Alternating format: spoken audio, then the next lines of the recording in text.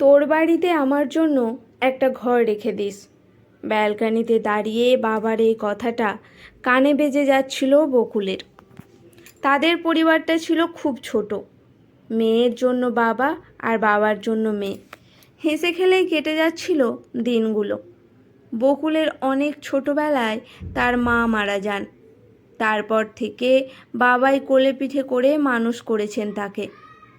অর্থনৈতিক অবস্থা বিশেষ ভালো না হলেও বকুলের বাবা বিমলবাবু নিজের সাধ্যমতো খরচ করে মেয়েকে পড়াশোনা করিয়েছেন। সঙ্গেতে ছিল বকুলের মেধা। ইঞ্জিনিয়ারিং সম্পূর্ণ করার পর চাকরি পেতে বকুলের কোনো সমস্যা হয়নি। চাকরিও পেয়েছে ভালো জায়গায়। খুব আনন্দেই কাটছিল বকুলের দিনগুলো। আগামী জীবন নিয়ে অনেক স্বপ্ন ছিল তার। বাবা আর মেয়েতে মিলে অনেক জায়গায় ঘুরতে যাবে, নিজেদের একটা বাড়ি হবে। এতদিন ধরে তো ভাড়া বাড়িতেই কেটে গেল। কিন্তু তার চাকরির 1 বছর হতে না হতেই বিমলবাবু মেয়েকে পাত্রস্থ করে দিলেন। শরীরটা সুবিধাজনক মনে হচ্ছিল না তার। তিনি চলে গেলে এই দুনিয়ায় আর কেউ থাকবে না মেয়েটার। এই চিন্তায় আর দেরি করতে চাইলেন না তিনি। মেয়েকে এসব জানায়নি যাতে সে দুশ্চিন্তা না করে। হয়তো বিয়েটাই করতে চাইবে না। অনেক অভিমান জমেছিল বকুলের মনে। আমাকে এত তাড়াতাড়ি বিদায় করে দিচ্ছ কেন বাবা? স্মিত হেসে মেয়ের মাথায় হাত বুলিয়ে বিমলবাবু বলেছিলেন, কোথায় বিদায় করছি মা? যাওয়া আসা তো লেগেই থাকবে। মেয়ে বাবার বুকে মুখ গুজে ফুপিয়ে কেঁদে উঠেছিল। বিমলবাবু বলেছিলেন, চিন্তা কিসের? তোর বাড়িতে আমার জন্য একটা ঘর রেখে দিস, আমি গিয়ে থাকব। বিয়ের প্রথম বছর ভালোই কাটল। তারপরে বিমলবাবুর শারীরিক অবস্থার অবনতি হতে শুরু করলো।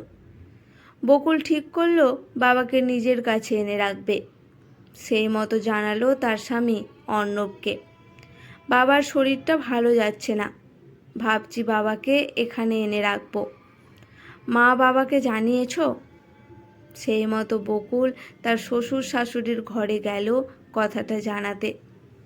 শুনে তো তারা আকাশ থেকে পড়লেন। এখানে কোথায় এনে রাখবে? জায়গা কই? সেসব নিয়ে কোনো চিন্তা করবেন না মা। ওইদিকে ছোট ঘরটা পরিষ্কার করে নিয়ে ব্যবস্থা করে নেব।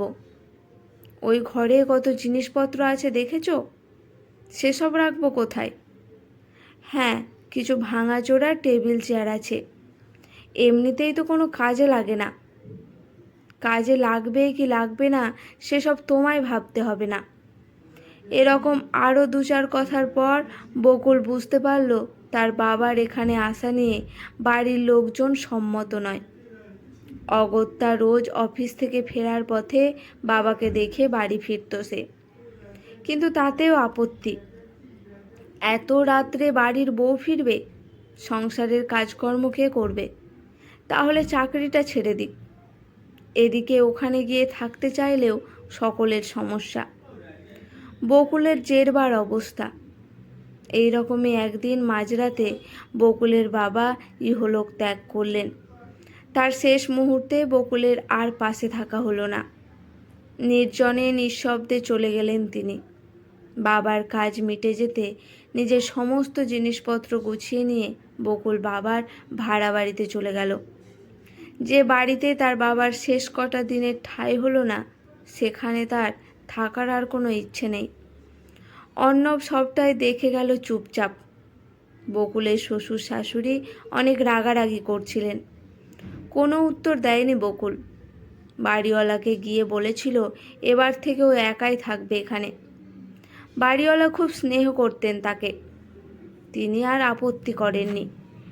এভাবে প্রায় 9 থেকে 10 মাস অতিক্রান্ত হলো।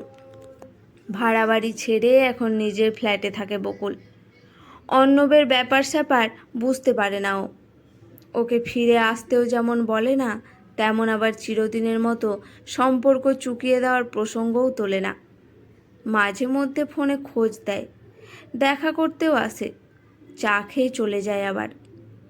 বকুলকে ফিরিয়ে নিয়ে যাওয়ার ব্যাপারে কোনো কথাই বলে না। যদিও ও নিজেও ও বাড়িতে আর ফিরে যেতে চায় না, তবুও বলতে তো পারতো। তাহলেই বোঝা যেত অর্ণবদের সম্পর্কের ভবিষ্যৎ নিয়ে কী পরিকল্পনা করছে। থাক, এভাবেই বেশ, মনে মনে ভাবে বকুল। প্রায় 2 মাস পরে হঠাৎ একদিন অর্ণবের সঙ্গে রাস্তায় দেখা বকুলের। উস্কো খুস্কো চুলে, খোঁচা খোঁচা দাড়ি, ভর্তি মুখে কোথাও একটা চলছে হন্তদন্ত হয়ে। কি গো, কোথায় চলছো? থতমত খেয়ে যায় অর্ণব। এই একটা দরকারে। এমন অবস্থা কেন? শরীর ঠিক আছে? বাড়ির সবাই ঠিক আছে? হ্যাঁ, সব ঠিকঠাক আছে। চলে যাওয়ার জন্য পা বাড়ায় অর্ণব। বকুল হাত চেপে ধরে, কি হয়েছে বলো আগে। অর্ণবের চোখ ছলছল করে ওঠে। কতকাল পর বকুল তার হাতখানা ধরল। এখনও ভালোবাসে তাকে, এত কিছুর পরেও। আমায় ক্ষমা করে দাও বকুল, সেদিন আমি কিছু করতে পারিনি। আমার জন্যই তোমার বাবা একা একা মারা গেছেন, মেয়ের মুখটাও দেখে যেতে পারেননি। থাক ওসব কথা। না, থাকবে না। এতদিন ধরে এত চেষ্টা করেও কথাগুলো বলতে পারিনি তোমায়, আজ বলতে দাও প্লিজ। ঠিক আছে, কি হয়েছে আগে বলো। একটু চুপ করে থেকে অর্ণব বলে, তুমি তো জানোই যে কাকাদের সঙ্গে একই বাড়িতে আমরা থাকি। আমার বাবা আর কাকার পৈতৃক বাড়ি ওটা। আমরা বুঝতেই পারিনি কখন কাকা বাড়িটা নিজের নামে করে নিয়েছে। আমাদের উঠে যাওয়ার জন্য কয়েকদিন টাইম দিয়েছে। এসবে আমার বাবা অসুস্থ হয়ে যেতে হসপিটালে ভর্তি করতে হয়েছিল। এর মধ্যে থাকার জন্য বাড়িও খুঁজতে হবে, সেই কাজই করছি। এত কিছু হয়ে গেল, জানাওনি কেন আমায়? কোন মুখে জানাবো? তোমার বিপদের দিনে পাশে থাকতে পারিনি, আর এখন তোমায় ব্যবহার করব? বকুল অর্ণবের কাঁধে হাত রাখে। এমন ব্যবহার করার কথা আসছে কোথা থেকে? আমি কি একেবারেই পর হয়ে গেছি তোমার? অর্ণবের চোখ থেকে জল গড়িয়ে পড়ে। এত মাস পর শ্বশুরবাড়ির দরজায় এসে দাঁড়ায় বকুল। তাকে দেখতে পেয়ে শাশুড়িমা বেরিয়ে আসেন। চিন্তা ধকল সবরেই ছাপ পড়েছে তার চোখে মুখে। আর সময় নষ্ট করা যাবে না মা, আজ রাতে ডাল ভাত খেয়ে নেওয়া যাবে। চলুন সবাই মিলে বাকি জিনিসপত্রগুলো গুছিয়ে নিন, কাল সকাল সকাল রওনা দিতে পারবো তাহলে। বকুলের শাশুড়িমা নীরবে চেয়ে থাকেন, কিছু বুঝতে পারেন না। আজ বকুলের একাকী ফ্ল্যাট তার পরিবারকে পেয়েছে। 3 বেডরুমের ফ্ল্যাট তার। একটায় বকুল ও অর্ণব, আর একটায় তার শ্বশুর শাশুড়ি থাকেন। তৃতীয়টায়, ওটা বকুল তার বাবার জন্য রেখেছে। রোজ সন্ধে দেওয়ার পর ওই ঘরে হালকা একটা আলো জ্বালিয়ে জানালার পাশটায় একটা প্রদীপ জ্বালিয়ে দিয়ে আসে সে। জানালাগুলো খোলাই থাকে। বাইরের হাওয়ায় টেবিলে রাখা বই খাতার পাতা এলোমেলো হয়ে যায়। একটা পেপার ওয়েট চাপিয়ে দেয় বকুল। প্রদীপ কিন্তু ওই হাওয়ার দমকে নেভে না, স্থির হয়ে জ্বলে চলে। বকুল জানে বাবা তার মেয়ের জন্য স্নেহ, ভালোবাসা, আশীর্বাদ সবটুকু নিয়ে তার সঙ্গেই আছেন।